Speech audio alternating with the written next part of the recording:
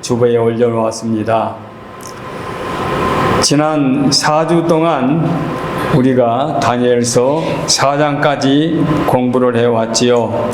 거기 보면 하나님만큼 자신을 높이다가 하나님 앞에 심판을 받은 경우도 있고, 또는 하나님께서 경종하기 위해서 꿈의 환상으로 보여주기도 하고, 또 그것을 해석하지 못하니까 하나님의 사람 다니엘을 통하여 해석함을 받는 경우도 있고, 우리가 4장까지 공부를 했습니다.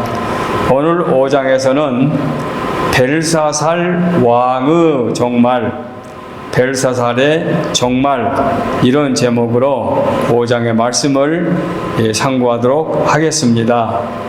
5장도 역시 세 대지로 나눌 수가 있는데, 1절로 9절까지는 벨사살 왕의 향연, 잔치, 향연과 분벽의 문자가 새겨진 것이 1절로 9절까지 말씀에 나오지요.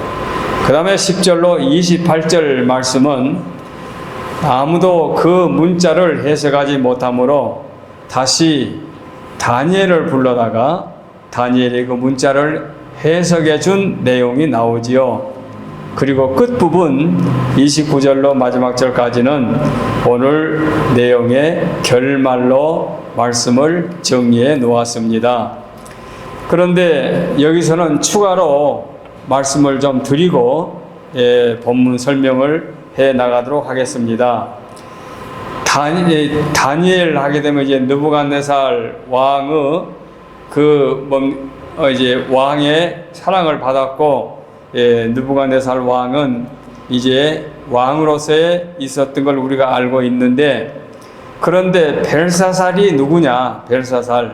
벨사살은 사실은 왕도 아니고 느부갓네살 왕의 아들도 아니었습니다. 이렇게 말씀드리면 좀 헷갈린 것 같은데 간략하게만 설명을 하겠습니다. 자, 느부갓네살의 아들도 아니고 그 당시 왕도 아니다. 그러면 뭐냐? 오늘 초두에 보게 되면은 벨사살 왕으로 나오는데, 그러면 뭐가 되느냐? 5장 1절 보면은 벨사살 왕이 하고 나오거든요. 왕이라고 나왔는데 왜 왕도 아니고 또 느부갓네살 왕의 아들도 아니라고 그러느냐? 거기에 조금 설명을 드려야 되는데, 이 말씀을 오늘 제가 1시간 잠깐 말씀을 드리는 이 한 번 들음으로 기억을 못 하시겠지만은 느부갓네살 왕 그리고 벨사살, 그 중간에 무슨 일이 있었지만 그 있었던 일들을 다 기억을 못해서 한 번쯤 듣고 기억하기 바라서 제가 말씀을 드리고자 합니다. 자, 느부갓네살 왕은 주전 605년부터 562년까지 왕위에 있었습니다. 바벨론의 왕이었지요. 그 다음에 이제 562년부터 559년까지는 누가 왕이었느냐? 메월 프로딕, 외국의 이름이기 때문에 이것을 얻은 책에는 메로다흐라고도 기록되어 있습니다. 메호다흐가 원음에 가까운지 메월 프로딕이 가까운지는 제가 모르겠습니다만은 562년부터 559년까지 그 기간에 왕으로 있었습니다. 그 다음에 559년부터 555년까지는 그 메월 프로덱의 메형이라고 하는 사람, 메부라고 하는 사람, 4살 살루손 사람 이름이 넬살 살루손. 근데 이것도 역시 다른 이름으로 네리 그리살이라고도 부릅니다. 사람이 왕으로 있었습니다. 그런데 그 사람이 암살을 당해요. 죽임을 당해요. 죽임을 당하고 나서 555년부터 지금 계속 연도는 주전을 가리킵니다. 538년까지 나보니 두수라고 하는 사람이 왕으로 있었습니다. 그러니까 느부갓네살 왕 밑으로 세 사람이나 다녀가죠. 메월 프로딕, 4살 살루손, 나보니 두수. 이렇게 세 사람이 지나가는데 나보니 두수의 아들이 벨사살입니다. 오늘 본문에 나오는 아들이.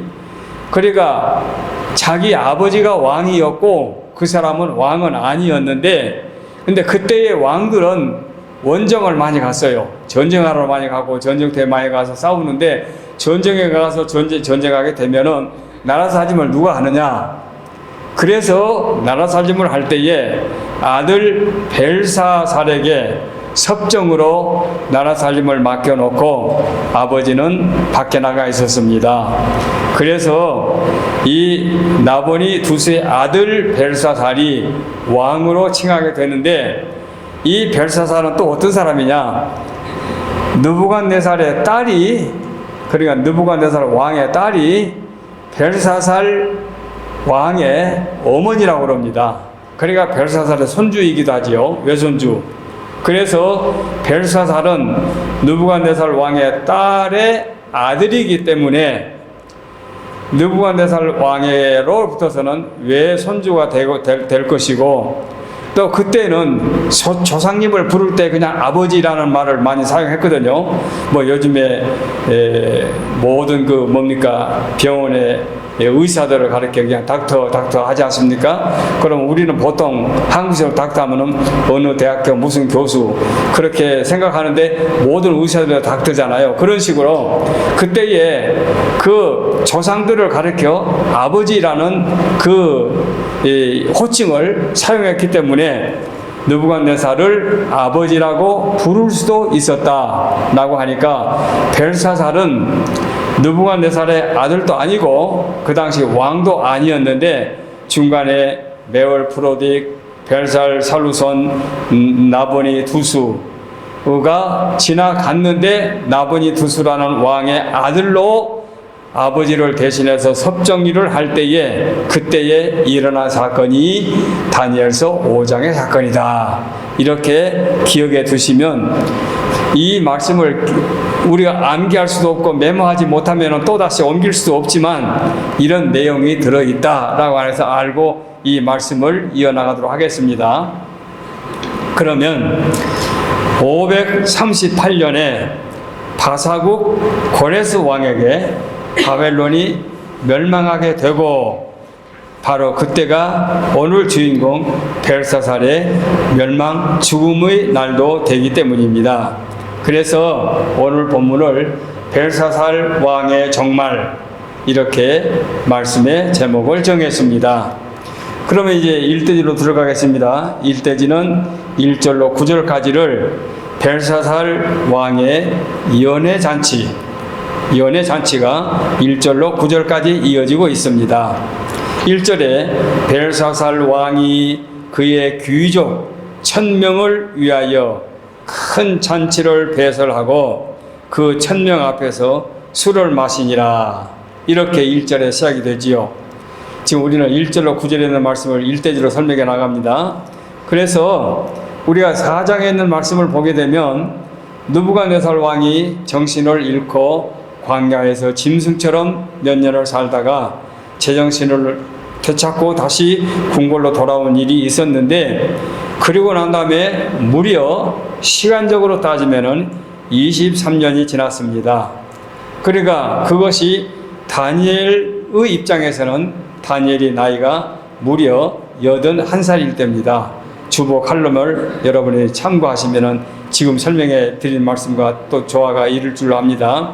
그러니까 605년에서 562년 느부갓네살이 치세를 할 때 그때의 다니엘이 15세 내지 20세의 청년으로 포로로 끌려왔는데, 562년에서 559년은 매월 프로딕이 치세를 했고, 559년에서 555년은 4살 살루손이 치세를 했다.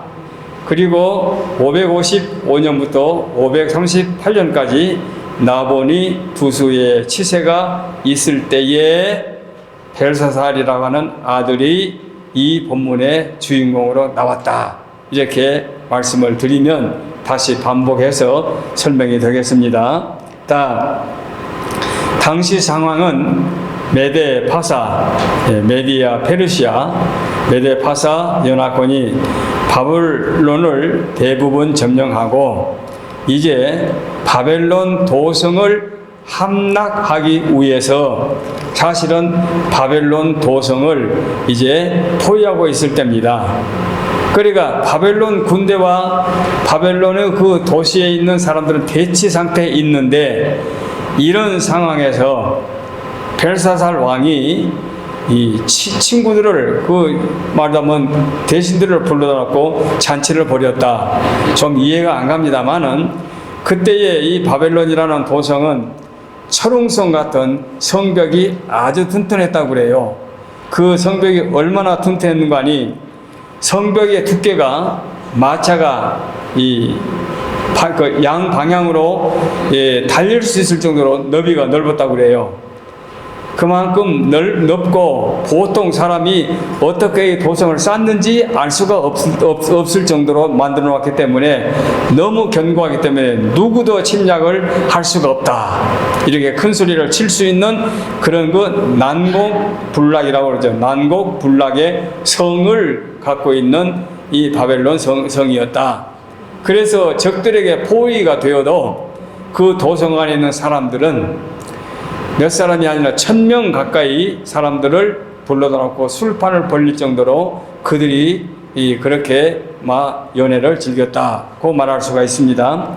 벨사살 왕은 포위가 당한 상태에서도 이렇게 할 수 있었던 이유는 뭐냐? 아마 그 도성 사람들을 안심시키기 위해서 그랬는지 도무지 우리 도성은 침략을 할 수가 적들이 침략할 수 없기 때문인지 그가 무슨 생각이 했는지 몰라다 자관 잔치를 벌였습니다. 잔치를 벌였는데 2절에 보니까 술을 마실 때에 1절부터 1절에도 보면은 술을 마시니라는 말씀이 나오고 2절에도 술을 마실 때 또 2절에 계속해서 마시려 함이라 3절에 마시더라 4절에 술을 마시고 등 1절, 2절, 3절, 4절, 4절 말씀에 술을 마시니라 마실 때에 마시려 함이라 마시더라 술을 마시고 또는 마시다는 말씀이 무려 4절 말씀 속에 5번이나 반복이 됩니다. 얼마나 허랑방탕하고 진탕 마시고 있는지 가히 짐작할 수가 있지요. 자, 이렇게 술을 마시며 방탕하고 있을 때 벨사살 왕이 이제 큰 우를 범합니다. 죄를 범합니다. 2, 3절에 벨사살이 술을 마실 때에 명하여 그의 부친, 그는 여기서는 부친 하면은 이제 어머니 아버지니까 천수로 따면 할아버지겠지만 그러나 그때의 이제 아버지 어머니 부친으로 그렇게 호칭을 하니까 그의 부친 느부갓네살이 예루살렘 성전에서 탈취하여 온 금, 은 그릇을 가져오라 명하였으니 이는 왕족과 귀족들과 왕후들과 후공들이 다 그것으로 마시려 함이었더라. 느부갓네살이 예루살렘을 침략하고 예루살렘 성전에서 빼앗아온 성전 기구, 하나님 앞에 제사를 드릴 때 사용하는 성물을 갖다가 그것에다가 술을 마시려고 그 벨사살 왕이 죄를 범하게 된 겁니다. 그래서 그들이 심지어 왕후들과 후궁들까지도 더불어 그것으로 마시더라 하고 2, 3절에 나옵니다. 참으로 무서운 죄를 범하게 된 거지요. 그때의 그 고대의 전쟁은 전쟁하여 승리하게 되면은 적군들의 보물을 빼앗아 약탈해가는 그런 예가 많이 있었기 때문에 아마 이스라엘 백성들은 다른 신전이 없고 오직 예루살렘 신전만 있고 하나님 앞에 예배를 드리고 제사를 드릴 때 사용했던 그 성물을 빼앗아 온 것을 이제 자기들은 약탈해 온 것을 가지고 이렇게 술잔치에 술잔으로 사용했던 것을 우리가 볼 수 있습니다. 취기가 오르니까 이런 죄를 범하게 된 겁니다. 그래서 그렇게 성물을 가지고 술을 마시는 것으로 끝난 것이 아니고 술을 마시면서 금, 은, 구리, 쇠, 나무, 돌 등으로 만든 우상들을 찬양했습니다. 살아계시는 하나님 앞에 예배를 드릴 때에 제사를 드릴 때 사용하는 성물로 술을 마시면서 자기들이 만들어 놓은 생명이 없는 금으로 또는 은으로 또는 구리로 쇠로 나무로 돌로 깎아서 만든 우상에게 찬양을 했습니다. 자, 한없이 어려서 그 짓을 한 거지요. 여호와 하나님이 다른 우상과 다를 바가 없다 하는 어리석은 생각으로 하나님의 것을 가지고 자기들이 악용하면서 자기들의 우상에게 경배했다고 하는 것은 용서받을 수 없는 최후의 심판날이 되게 된 것이지요. 그래서 사람이 술을 취하게 되면 취중에 잘못을 범한 경우가 많지요. 그래서 분별력이 떨어지기 때문에 그때에 결정해 놓게 되면은 술이 깨게 되면 후회한 경우가 많지 않습니까? 그래서 심지어 술을 먹게 되면 운전대도 잡지 말라고 하는 것이 법으로 정해 있지 않습니까? 그래서 잘못된 것은 그때나 오늘이나 같은 것으로 판단이 됩니다. 자, 이렇게 악을 행하고 있으니 하나님께서 오늘 5장에서는 어떤 사건이 나오느냐? 흰 벽에 손가락이 나타나서 글자를 새깁니다. 글자를 새깁니다. 그래서 글자를 보면서 왕이 놀라기 시작합니다. 6절에 이에 왕이 즐기던 얼굴빛이 변하고 그 생각이 번민하여 넓적다리 마디가 녹는 듯하고 그 무릎이 서로 부딪히지라. 얼마나 무서웠으면, 얼마나 조급했으면 손가락 글씨를 보면서 그 내용이 뭔지도 모르고 놀래고 있습니다. 내용 자체를 아직도 모르고 놀래고 있습니다.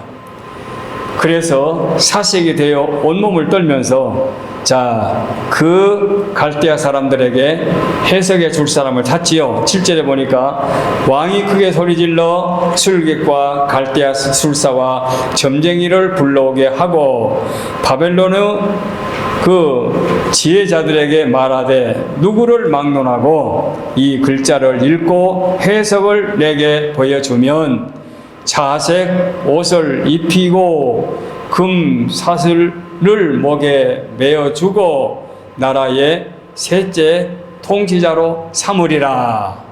이렇게 후한 상을 약속해 놓았습니다. 얼마나 다급했으면 이렇게까지 했는지 알 수가 있죠. 그런데 아무도 그것을 해석해 준 자가 없었습니다. 그야말로 셋째 통치자가 될 수 있을 정도로 어마어마한 상을 보장받아놨는데도 그 상을 탈 만한 자격이 있는 사람이 없지요. 자색 옷은 왕족만이 입었던 옷이고 목에 그 금 목걸이는 아주 특별한 공을 세우는 사람들에게 훈장처럼 주는 것이고, 그리고 셋째 통치자, 그것은 바벨론 제국에서 서열 3위로 이렇게 보장해 주었지요. 그러나 아무도 없었지요.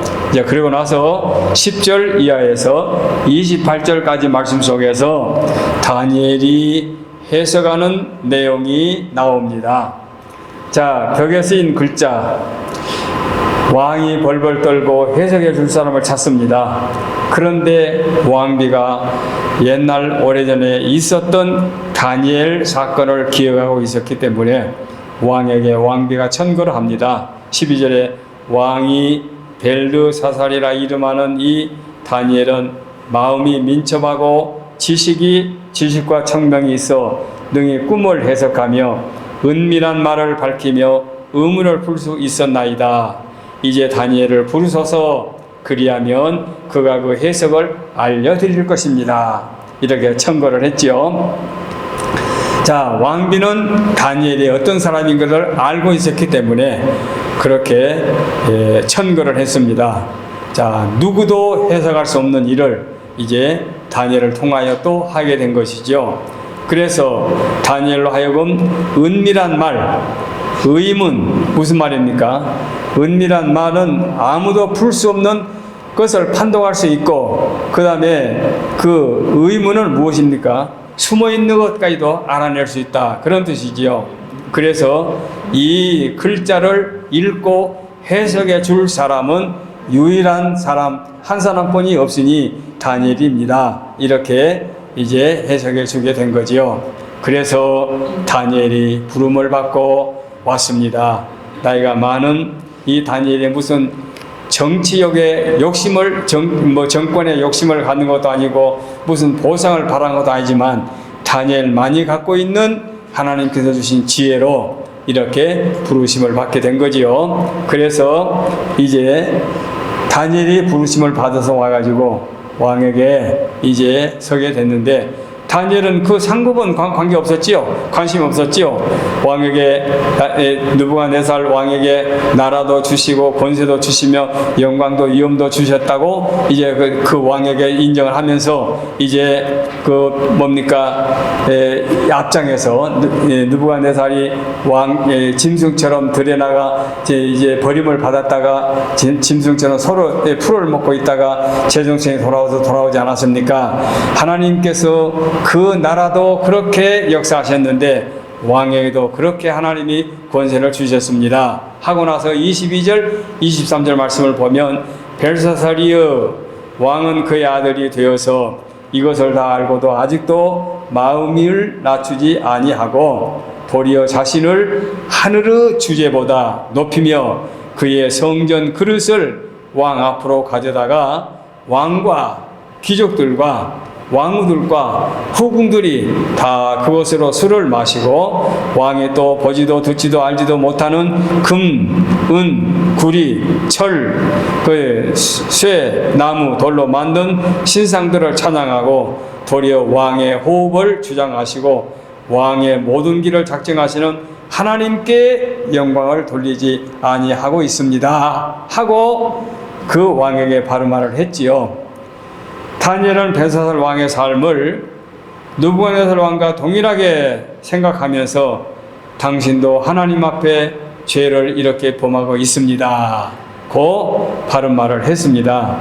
얼마나 권력을 가진 사람의 최후가 비참한지를 알게 되는 거지요. 세상에 아무리 많은 사람들이 많은 것을 갖고 있고 권세를 누리고 다른 사람보다 청명하다 할지라도 하나님 앞에서는 아무것도 아니죠. 하나님은 우리의 창조주이기 때문에 하나님 앞에 우리는 아무것도 아닌데, 하나님만큼 자기 스스로를 높여보려고 하다 보면은 이렇게 패자가 되게 되는 거지요. 25절, 28절에 기록된 글자는 이것이니, 이제 다니엘이 설명해 줍니다. 곧 메네, 데겔, 우바루신, 메네, 데겔, 우바루신. 이 글을 해석한데, 메네는 하나님이 이미 왕의 나라의 시대를 하나, 둘, 셋 하고 셈하여서 그것을 끝나게 하셨다는 것이요. 메네라는 얘기는 이제 당신의 나라가 이미 다 수가 끝났다는 뜻이요. 데겔은 왕을 저울에 달아보니 부족함을 말합니다. 그러니까 하나님이 한쪽에 저울추를 놓고 한쪽에 당신을 놓고 이렇게 저울에다 달아보니 당신의 무게는 이제는 다 시대가 끝났다는 것입니다. 그리고 데겔, 메네 데겔은 그렇고, 우바루시는 뭐냐? 왕의 나라가 나뉘어서 메대와 바사 사람에게 준바되었다는 것입니다. 그러니까 이미 당신의 권세도 끝났고 나라도 이제 종말을 가져오고 당신의 나라는 이제 메대와 바산 나라로 나눠지게 될 것입니다. 이렇게 벽에 쓰인 글자를 해석해 주었습니다. 이걸 이제 참고서를 보면은 그 글자가 무슨 글자고 무슨 뜻이 있다는 말씀이 있는데, 우리는 그렇게 다 복잡한 생략하고 이런 의미로 설명해 드렸습니다. 메네 데겔 우바루신. 문자적으로는 세어서 하나둘 세어서 저울에 달아서 이제 그것을 다 끝났으니 분리한다, 쪼개낸다, 그런 뜻이 되겠지요. 자, 그런데 여기서 메네는 2번 반복했죠. 메네. 예, 그 반복된 것은 하나님이 이미 벨사살 왕과 바벨론 제국을 한 번만 계산해 본 것이 아니라 거듭해서 살피고 또 살펴보니 이제 다 됐다. 그런 뜻이다. 이렇게 2번 반복을 그렇게 해석하는 분도 계신 걸 봤습니다. 대겔은 저울에 달아보았다. 예, 한쪽에는 하나님의 추, 대겔은 이제 당신 이렇게 해서 그 추를 올려놓고 그 벨사살 왕을 바벨론 제국을 올려놓으니 하나님의 추 무게에 기울였다 하는 얘기죠. 이렇게 이제 설명을 받았습니다. 이것이 벨사살 왕의 마지막 순간이지요. 그리고 난 다음에 29절로 31절 말씀을 보면은 본장의 결말이 짧은 말씀 속에 들어 있습니다. 이에 벨사살이 명하여 그들이 다니엘에게 자주색 옷을 입히게 하며 금 사슬을 그의 목에 걸어주고 그를 위하여 조서를 내려 나라의 셋째 통치자로 삼으니라. 그 다음 절, 그날 밤에 갈대 왕 벨사살이 죽임을 당하고 메대 사람 다리오가 나라를 얻었는데 그때 다리오는 60세였더라. 그 성경은 끝을 맺습니다. 벨사살은 다니엘로부터 나라가 망한다는 해석을 듣고도 본래 약속했던 다니엘에게 3가지 자주색 옷, 금, 사슬, 셋째 통치자로 삼아 주었습니다. 벨사살은 다니엘의 해석을 그렇게 심각하게 아마 듣지 않았던 것으로 판단이 되는데, 그런데 그날 밤에 그는 피살을 당하고 말았습니다. 이제 바벨론 제국도 끝을 맞게 되지요. 아무리 난공불락의 바벨론 도성이라 할지라도 그 성 안에는 10년 동안 먹을 수 있는 먹을 것을 비축해 놓았고, 열흘이나 한 달이나 2달이 아니라 10년 동안 도성 안에 사람들이 먹을 것을 비치해 놓았고, 고대 건축물 중에서 7대 불가사 중에 하나라고 합니다. 고대 건축물 중에 7 그 건축물 중에 하나로 알 수 없다 불가사. 예, 그야말로 난공불락의 그 도성이 이렇게 그날 밤에 무너지게 되고 왕이 그날 밤에 피살을 당했다 하는 것이 본문의 마지막 내용입니다. 자, 누구에게 망했느냐? 자, 메대 바사, 고레스 장군이 이끄는 메대 바사 연합군은 성 안으로 쉽게 접근할 수가 없으니까 어떻게 접근했느냐? 역사적으로 보게 되면 이건 성경에 기록되지 않는 내용이지만 유브라데 강에 한 지류가 바벨론 성으로 흘러들어가게 되어 있답니다.